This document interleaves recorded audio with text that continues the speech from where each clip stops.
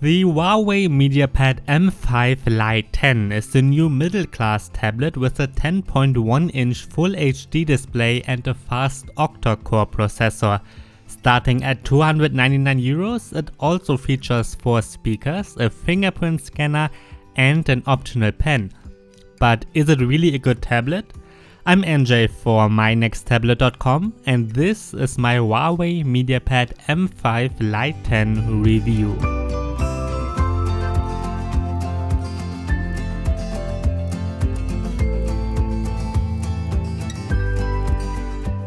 The design of the Huawei MediaPad M5 Lite 10 is very similar to the pricier M5 10.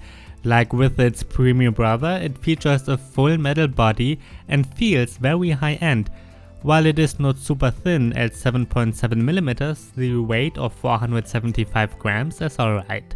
I really like that we're getting a fingerprint scanner here, which is located underneath the screen.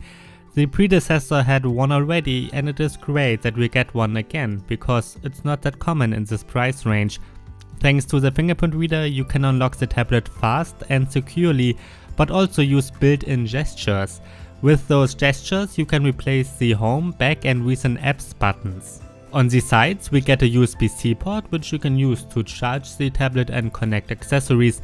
There are a power button, volume controls and even a 3.5mm headphone jack. All tablets should have a headphone jack, however the standard M5 10 does not. A major highlight of the MediaPad M5 Lite 10 is its speakers. In fact, it has 4 in total. 2 are located on the top and 2 on the bottom, and the speakers are very good. Considering this is a tablet, I would even call them outstanding. Movies and music sound nice and we even get a solid bass. I'm reviewing the much pricier Samsung Galaxy Tab S4 at the same time, and the M5 Lite 10 has a noticeably better speakers. The camera on the front and back offer a resolution of 8 megapixels each.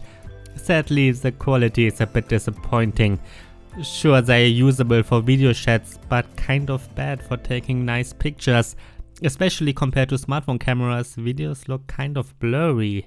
Let's take a look at the display of the MediaPad M5 Lite 10. It has a diagonal of 10.1 inches and an aspect ratio of 16:10. As is common in this price range, it features a Full HD resolution with 1920 by 1200 pixels. If you look very closely, you can see pixels. However, if you hold the tablet normally in front of you, text and icons look sharp. I always think that Full HD is fine on 10 inches. Other aspects of the screen are good too. It is an IPS panel with wide viewing angles and colors look saturated. The contrast is very good too. It is almost a perfect display. However, it could be a bit brighter. It's certainly bright enough for normal use, but too dark to read comfortably in direct sunlight. But again, overall it is a nice display. Inside the Huawei MediaPad M5 Lite 10 runs a high silicon Kirin 659 octa-core processor with 8 cores in total. My review unit has 3GB of RAM and a 32GB internal storage, and that is the only one available right now. However, according to Huawei's product page, there will be a version with 4GB of RAM and 64GB of storage as well. The performance of the Kirin 659 with those 3GB of RAM is fast enough for almost everything. I used it without any problems to surf the web in Chrome with a lot of tabs, watch YouTube, write in Microsoft Word and read emails. The split screen view runs very nicely and smoothly as well. And that is what my benchmark tests show too. In Geekbench 4, the tablet gets over 900 points in the single-core test and over 3600 points in the multi-core test. With Antutu, the M5 Lite 10 gets over 87,000 points. Results like these place the tablet in the upper middle class. Because the chip has to deal with the Full HD resolution only, the performance is noticeably better, in real life at least, than with tablets like the Huawei Hi9 Pro, which get better benchmark results. In fact, games like Mortal Kombat 5 and Into the Dead 2 run very smoothly at medium settings. This goes for PlayerUnknown's Battlegrounds Mobile as well. It runs very nicely in lowest, but also with medium graphics settings. This tablet is pretty good for playing PUBG, and there's occasionally stuttering only. If you want to play it in HD, you have to get the standard M5 tablets though. So overall, the Huawei MediaPad M5 Lite 10 is not a perfect gaming tablet, but a pretty good one. You can play pretty much every game, at least at medium settings. This is a big improvement compared to the previous version. The M5 Lite 10 is shipped with Android 8.0 Oreo. Well, that is good, but it is very unlikely that we will get ever an update to Android 9.0. I might be wrong, of course, but based on the past, it is very unlikely. Huawei really has to get better here. But alright, on top of Android runs the Emotion UI in version 8.0.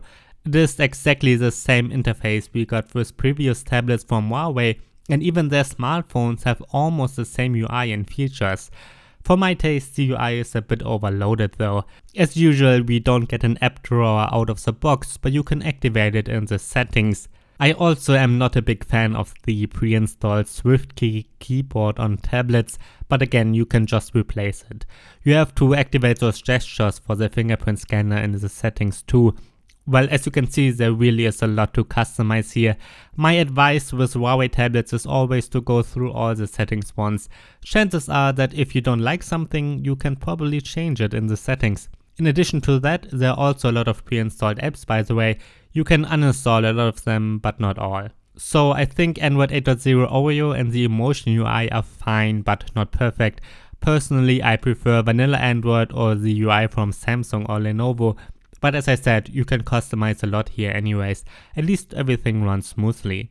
Another important feature of the M5 Lite 10 is the optional stylus, which you can buy separately at around 30 euros. The pen is called M Pen Lite and is a bit weaker version of the M Pen for the M5 Pro. While the design of both pens looks very similar, the M Pen Lite does not have any buttons, and it is powered by a removable battery. The M Pen Lite is not as pressure sensitive as a lot of higher end competitors. It supports 2048 levels of pressure sensitivity instead of the by now standard 4096. However, to be honest, I can't notice any differences. Maybe you will notice it if you use these kinds of pens a lot. But remember, most pens in the past, including the ones from Wacom graphic tablets, had 1024 pressure points only. Well, as I said, the pen is pressure sensitive. That means you can draw a thin line by pressing the pen lightly and a thicker line when pressing it harder.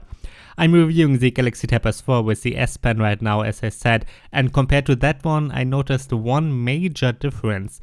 With the Galaxy Tab S4, it kind of feels like drawing on real paper, well, at least almost. However, with the M Pen Lite, it clearly feels like writing on glass. On the software side, there's not that much support for the pen. For example, those shortcuts from the M5 Pro are missing, and there are two apps pre-installed for the pen only. One is the Notes app for handwriting notes, and the other one is the calculator that is used by writing by hand too. Additionally, there's handwriting recognition built into the keyboard, but that is it. If you want to edit PDFs or want to draw a bit, you have to download apps from the Play Store. Let's get to the battery life. The MediaPad M5 Lite 10 has a battery with a capacity of 7500 mAh. That lasted for a runtime of 12.5 hours in my standard battery test. For that, I'm always looping an HD video at 50% brightness. As you can see in my battery comparison, a result of 12.5 hours is very good. Sure, there are tablets out there with a bit longer runtime, but a lot with a shorter battery life too. Well, you can see that the battery life here is pretty good. That is the case during everyday use as well. If you're working with it using apps like Chrome and Word, it will last you a whole day. And I'm sure most don't have to charge it more than every 2 days or so. So is the Huawei MediaPad M5 Lite 10 a good tablet? I think it is a very good tablet with a great value. Starting at 299 euros, we get a full metal body, a good display and a solid performance. At the same time, it offers premium features like 4 good speakers, a fingerprint scanner and an optional pen. It has a long battery life as well.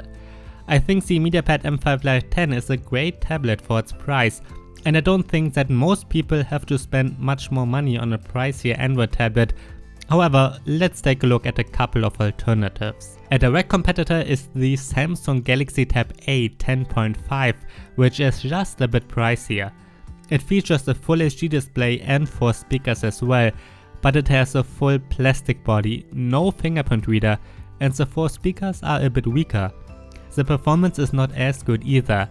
I think it's only a good alternative if software updates are very important to you. Another very interesting alternative is the iPad 2018. Yes, it has 2 speakers only and the screen is not laminated. However, it offers a better performance and an excellent Apple Pencil, and it costs just a bit more. Obviously, you could also check out the standard Huawei MediaPad M5 Lite. Depending on the country and the deals, it's just a bit more expensive, but not too much. It offers a noticeable better gaming performance and a high resolution screen, but no headphone jack. If you don't need any premium features like 4 speakers, a pen or a fingerprint scanner, you could also check out the Huawei MediaPad T5 Lite. In fact, the internal hardware and display are pretty much identical to the M5 Lite 10. While it is much cheaper, you have to live without those premium features. Alright, that's my review of the Huawei MediaPad M5 Lite 10. If you have any questions, feel free to write me down below. And check out mynexttablet.com for all of my current recommendations. I'm NJ for mynexttablet.com. Thanks for watching.